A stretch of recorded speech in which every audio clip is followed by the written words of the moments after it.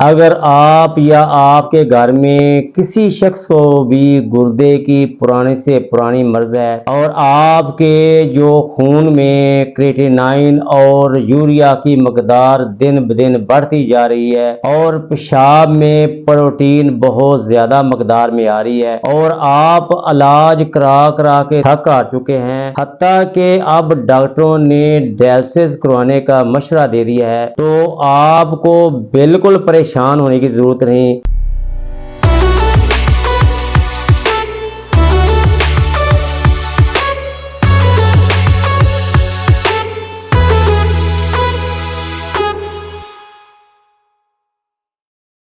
دوستو، میرا نام ڈاکٹر عبدالحفیظ ہے اور میں AH health care centre Babra town Gujranwala میں ایز اے ہومیو فزیشین کے طور پر کام کر رہا ہوں۔ میں آج آپ کو گردوں کی بیماری کے متعلق بتاؤں گا کہ یہ بیماری ہمارے جسم میں کیوں آتی ہے اور ان کی کون کون سی وجوہات ہیں اور اس کی کون سی علامات ہیں، اور اس کے علاوہ میرے پاس جتنے بھی پرانے سے پرانے گردوں کی بیماری والے مریض آتے ہیں، میں ان کو کون سے ایسے ہومیوپیتھک کمبینیشن استعمال کراتا ہوں اور وہ کتنی مقدار میں استعمال کراتا ہوں اور کتنی دیر تک استعمال کراتا ہوں، اس کے بارے میں بتاؤں گا۔ تو دوستو، میں ڈاکٹر عبدالحفیظ آپ کو اپنے چینل میں خوش آمدید کہتا ہوں۔ تو چلیے شروع کرتے ہیں۔ دوستو، جو گردوں کی بیماری ہے، ایک کو کرونک ڈیزیز کہتے ہیں، ایک کو ایکیوٹ کہتے ہیں۔ دوستو، یہ ہمارے جسم میں گردے جو ہیں یہ فلٹر کا کام کرتے ہیں۔ ہمارے گردے میں ایک فلٹر ہوتا ہے، ایک تھانی ہوتی ہے،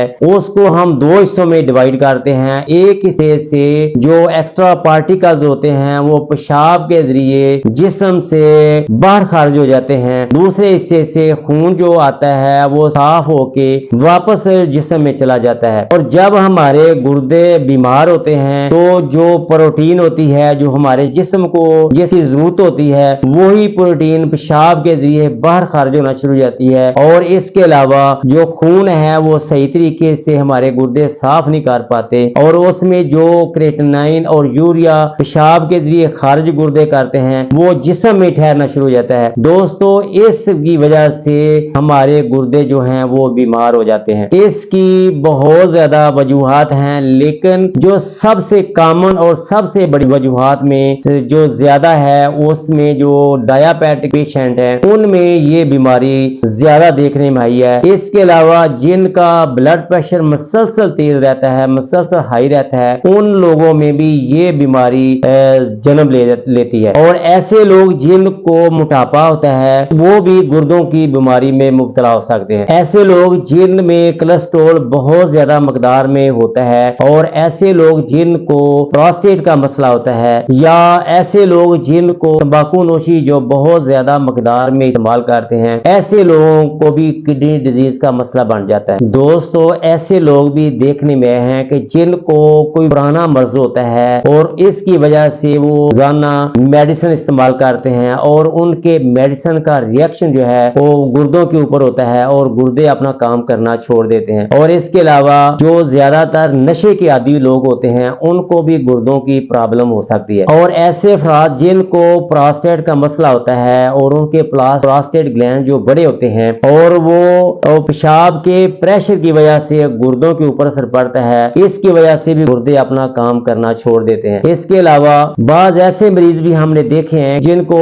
کافی عرصہ سے پتھری کا مسئلہ ہے اور وہ پراپر اس کا علاج نہیں کروا پاتے، اس کی وجہ سے بھی گردے جو ہیں وہ زیادہ بیمار ہو سکتے ہیں۔ دوستو، جب ہمارے گردے بیمار ہوتے ہیں تو وہ اپنا کام کرنا چھوڑ دیتے ہیں۔ دوستو، جب گردے اپنا کام کرنا چھوڑ دیتے ہیں تو وہ جو پروٹین ہمارے جسم کو چاہیے تھی پیشاب کے ذریعے باہر نکلنا شروع ہو جاتی ہے، اور اس کے علاوہ جو خون ہے جو گردے خون کو صاف کر کے واپس جسم کو بھیجتے ہیں، اگر وہ خون صحیح طرح صاف نہیں کر پاتے، جو کریٹینائن اور یوریا جو ہے وہ جو گردے جسم سے باہر اس کو نکالتے ہیں، جب گردے اپنا کام صحیح طرح نہیں کرتے تو وہ یوریا اور کریٹینائن جسم میں ٹھہرنا شروع ہو جاتا ہے۔ اس کی وجہ سے ہمارے جسم کے اوپر سویلنگ ہو جاتی ہے، خاص طور پر